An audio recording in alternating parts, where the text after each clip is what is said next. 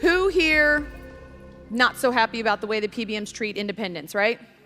They're a bully, they're mean, they don't even follow their own darn tootin' rules. And yet, there's a catch-22. We, as business owners, and often payers of health insurances for our employees, voluntarily send thousands of dollars a month to the PBM for our own health insurance. We moan and bitch and complain about them. Yeah, we pay them. So I'm gonna bring up Howard now. And there you are, Howard, sorry, didn't mean to block you.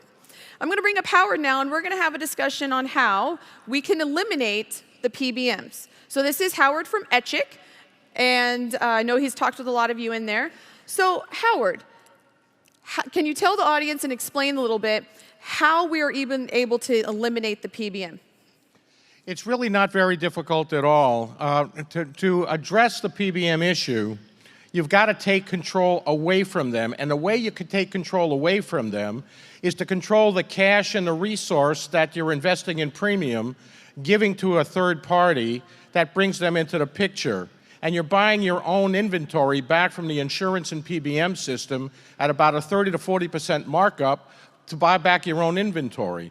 Now, you have to be shown how to use the insurance system the same way major employers do. Small and medium-sized employers can do exactly the same thing that major employers do using the same methods, and that is remove the middlemen wherever you can. So when you restructure the way you use the insurance component that protects against what you don't know, you need to begin to take control of the component that funds what you do know. And then from the inside out, you're able to keep in-house your pharmacy benefit to your own people. But then you've got to extend it beyond that point. And you've got to extend it beyond your borders. And you've got to extend it to the grassroots in your community.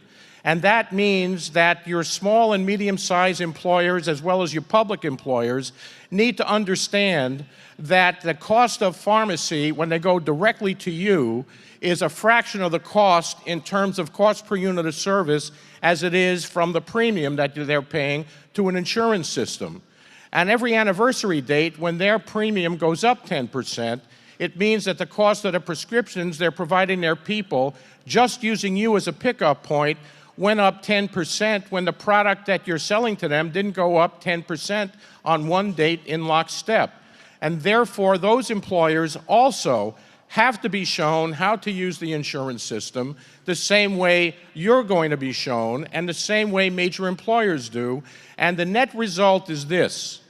The cost of the pharmacy benefit to the employer goes down because the unit cost goes down because you eliminated the middlemen. The margin to you, the pharmacist, goes up because you're now not being burdened by some third-party arbitrary outside system, and the benefit to the employees improve because by using you as a preferred provider, the incentive is to give a better benefit to the employee by the employer, and you're going to solve the problem at the grassroots level.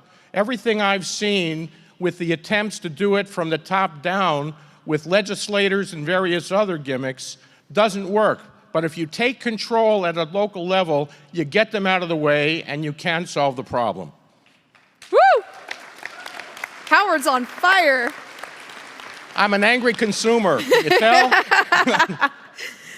So, with the model that you just explained, one of the biggest questions I get when I talk to members is, well, then do I have more risk? So really, does a pharmacy have more risk doing it this way? No, you have the same risk, because if there is a need for a prescription, whether you pay it directly or pay it through a third party, you still have the responsibility to pay for the prescription. So you either pay it with an insurance premium at a markup, or you pay for the product at net across the counter at real cost. But once an employer has decided that they're going to provide benefits to their employees, they're at risk. And if anybody thinks they're not, ask that employer who's buying a premium from an insurance agent what their premium is going to be 2 years from now. What you have to realize is this. If I had the same number of chief financial officers of independent employers in this room, and I asked them, does it make more sense to have a pharmacy professional advise them in addressing their pharmacy needs, or an insurance agent, 100% would say, of course it's the pharmacist. And then my next question is, then why in the world are 100% of you going to insurance agents? That's ridiculous. And that's got to change. Absolutely, absolutely. So when you do this, when you debundle prescription, medical, and the typical Aetna, Blue Cross, all those types of plans, where does the medical coverage land? Because we're pharmacists, we buy the inventory like you said, but we don't buy medical services. That's right. So tell us a little bit about how the medical coverage comes into play. Well, the medical system works much the same as the pharmacy, except they call the intermediary a medical network. So all that happens is the docs are selling their services to a medical network at a discount, and the policyholders are buying it from an insurance company at a markup. So again, when you use the insurance component the way a major employer does, you get the premium out of the way, and they work directly with the medical network. So consider a medical network as a wholesale distributor of medical services, which is all they really are. So you position an employer as an economy of scale based on the size of the group to work directly with the medical network in a respective community in which that network exists. And then the insurance should be minimized in cost and maximized in risk for potential unexpected expenses, and use the insurance for what you don't know and use your funding to buy what you do know. It's a really simple solution. So I think your magic, Howard, is probably any brokers could go out and do what you do. They just don't even, they're lazy, they don't know how to do it.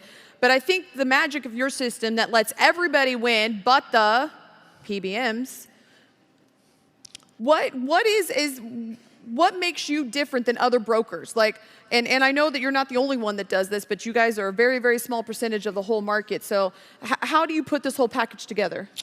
Well, there's really no difference between us and a broker except the vernacular that we use and the perspective that has to be taken. Brokers are trained to sell policies using terminology that makes no sense in terms of the real world.